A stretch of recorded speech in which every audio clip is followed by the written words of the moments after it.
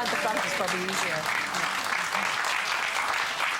Well, you have been a very, very busy girl, I have to say, this morning. You've been preparing all your food because you're going to be cooking for us later on in our kitchen. Yeah. But I gather this new series starting tonight was done in your own kitchen at home.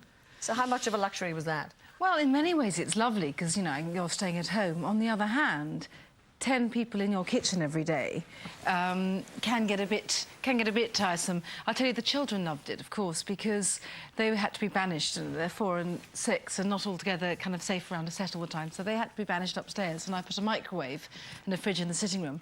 So all the things that they normally don't get given to eat, they could have microwave meals, delivered pizzas. They were sorry when it came to an end. They'd rather have that than see me all the time. And that crew are very handy for answering the telephone and doing all the jobs around the house. It was great. Such a thing broken.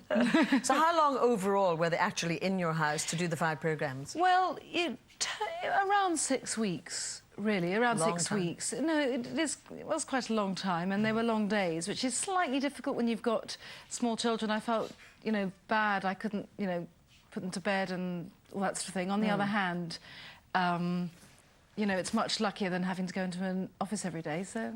That's true. Wonderful. And what's the idea to give the feeling of family, you know, in your kitchen, a busy housewife, mum, etc., etc.? I think the feeling particularly is that there's so much written on TV about food that makes it very kind of chef-based and restaurant-based. I sort of felt I wanted to make it clear that the sort of food you do at home isn't restaurant food, and it doesn't have to be restaurant food, but actually that's how we all live, and we have got real lives. We're not just these sort of separate entities in a studio kitchen, you know. But is it true that you have a bit of an obsession with cooking peas? Well, I don't have an obsession about cooking peas, but I do find them incredibly useful. And I'm afraid to say that I do have frozen peas, which I give to the children to eat, still frozen, direct from the freezer, as a kind of, like, savoury lollies. You've trained them to like them? Instead of sweets. No, yeah, they're very... Well, you can't train children in anything, at least I can't. And tonight, actually, on the one that... Do you know the one that transmit will have a lot of those mushy peas. I like mushy peas myself. So how do you do your mushy peas? Well, really, what I do is I get frozen peas, cook them with a bit of garlic, and then just whip them in the blender with either some grated parmesan or some creme fraiche, butter, and it's delicious. Hey presto. Well, and add stock if you want soup. Well, I'll be watching that tonight then, Nigella. And, of course, I'll see you in the kitchen right after the break. Lovely. But for the moment, Nigella Lawson. Nigella says we're doing a bit of juggling today between chatting and slicing onions and all of that. It's the nicest way to cook, isn't it, chatting? Absolutely. Now, what are you going to make? I'm making beef stroganoff. I'm making beef stroganoff followed by some wonderful sort of peaches with sugar and butter.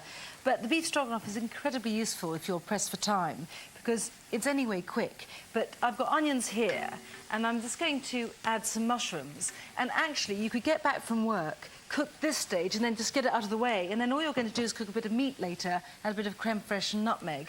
So really, you could really be 3 minutes from sitting down if you get this done earlier, but otherwise it's about 5. And is that always your approach to cooking, you know? Something that kind of looks great, but it's the minimum of fuss and sort of takes a short time to do. I think so. I like pottering about too, so if I've got time, I like to do things in advance. But if I haven't, then I like things to be quick. What I don't want is too many tricksy stages and to have to worry about it. You know, I want when people are there to be able to sit down and have a drink. And do you think there's too much mystique then about some of the chefs that we see and read about? Well, I think it's really that, you know, all chefs have a lot of people working for them. Very nice, but we don't all. So, and they've got people getting up at 5 in the morning, coming, chopping everything for them all day. So that's wonderful. But if you haven't got that, I think you're better off doing something which doesn't send you completely over the edge. OK, so we've got the mushrooms and the onions well on the way. Yes. And so at what stage then? Do you do anything with your meat? You put it in flour or anything? This is like... No, it's very special. This is... tail end of fillet, which is a lot cheaper than ordinary fillet steak, so if your butcher has that. But otherwise, you know, if you're at the supermarket and they have those stir-fry meat packets, you could easily use that, and that's obviously a lot cheaper. And I think that if you were vegetarian, if you got some of those lovely big black juicy field mushrooms, to add that instead with the button mushrooms, so you can do really anything you want. I add absolutely nothing because the creme fraiche is quite warm, you know, melding into a sauce anyway. Because you haven't actually put any garlic or anything into that as yet, have you? No, just onions and mushrooms, and I don't add garlic. At all? I cooked a bit of basmati rice a bit earlier to have with it, although noodles are quite nice as well. Yeah, I love basmati rice again because it's so quick. And any tricks about cooking rice? Because everybody always says, I can't get it dry enough. No, I know. The easiest way, quickly, I would say, is like, so if you put, you know, half a pint in a measuring jug, put the rice in the saucepan, then twice that. So a pint of water, a bit of salt there, and just turn it, when it gets to the boil, lid on, turn it down. And I think the best trick is to say that if you want to leave it for a long time, what I do is I lift up the lid, I put a clean tea towel, and then I put the lid back on, and it absorbs any moisture so it doesn't go claggy. All right, so it says they're nice and dry. Yes. So how are your mushrooms and onions coming on now? They look lovely, so I'm just going to put the meat in. Now, actually, I was just thinking it was interesting when your father, Nigel, actually, who, when he was Chancellor, was always sort of having jibes about his weight. And then, of course, when he gave up that job, it was right after he gave it up, didn't he, or Mrs Thatcher went out. Yes.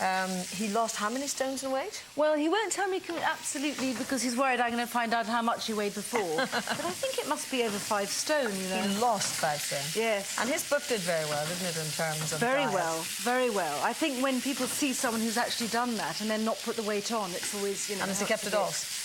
He has. He looks good. I mean, it took me a while to get used to it. You know, if you're used to seeing someone a particular weight. I know, because he looked totally different, didn't he? I know. Amazing. Anyway, so you just sort of... So we're just going to cook that, brown that, and then once it all looks a bit browner, because it'll cook the minute it looks brown. It's always difficult to get used to the hobs. Actually, where's that little gadget that you had earlier on?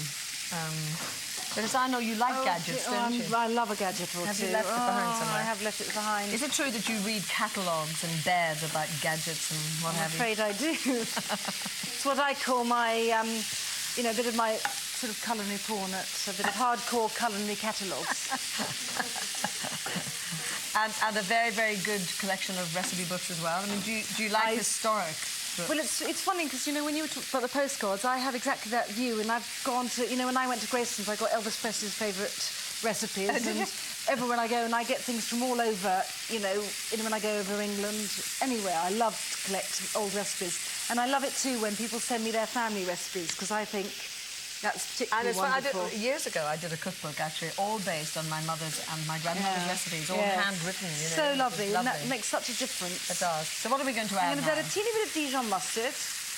I just want to recap. So far, we literally just have the onions, the mushrooms, and the meat. Exactly. Bit of butter, and when I put the butter in, I add a teeny bit of oil to stop it burning. It's always a useful trick. Bit of Dijon mustard. Now, I like, and some nutmeg. Now, I'm going to cut myself, probably. I always do. I am the world's clumsiest cook. Now, this is some fresh nutmeg, and instead of, if you haven't got a little grater, you can just use a knife. Of course, you can use dried nutmeg, but I love this. I like these. I think it makes a lot of difference. Would you just grate it on the grater?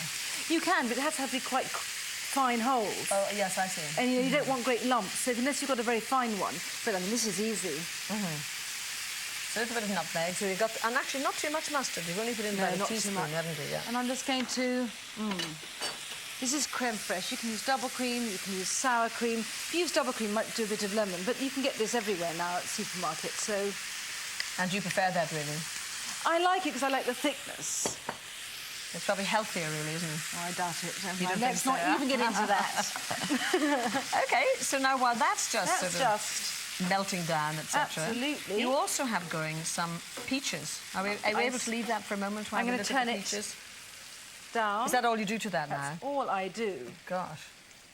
That is easy. I will add a bit of paprika at the end. Now, I should have some oven gloves. I've got more burns than anyone has a right to. I'm always too impatient to put oven gloves on.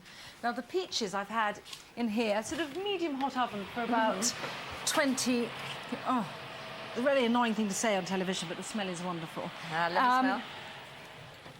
These are the peaches, which are just... I'll put on this block so we don't get... So what have you done? So you've just halved the peaches? Can I show you this? What I've done, really, is halved them, put a bit of vanilla sugar. You can use brown sugar, you can use white sugar, you could use honey, you could use golden syrup. You know, these things don't matter. And then a teeny bit of unsalted butter in each. Now, if I had the most wonderful, luscious peaches, then I'd say... You know, fine, eat those for pudding, don't cook. But, you know, often they stay a bit hard when you get them. Sometimes they've been in the fridge in the supermarket for too long. Yes. And it's just rather nice. And then, since, you know, we bought the creme fraiche for that, you may as well eat it with that so that you don't... Otherwise, you have half a packet of creme fraiche in your fridge, you're wasting it because you'll probably just stay there. Well, it's time to serve it all up. Good. So you see, isn't it great? Nigella can prepare the entire dinner inside about 6 minutes, which is wonderful.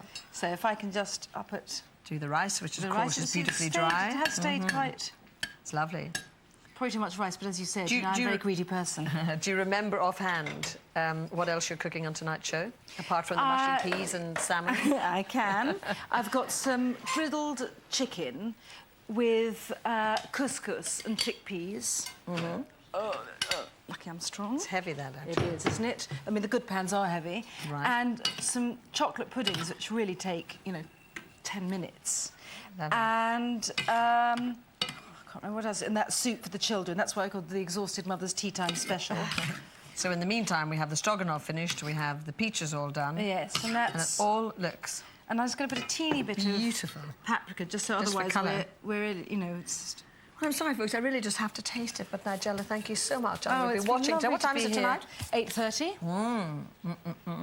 Sauce is lovely. Oh, thank you. I don't have the meat, because I did this once and I choked for the next commercial break.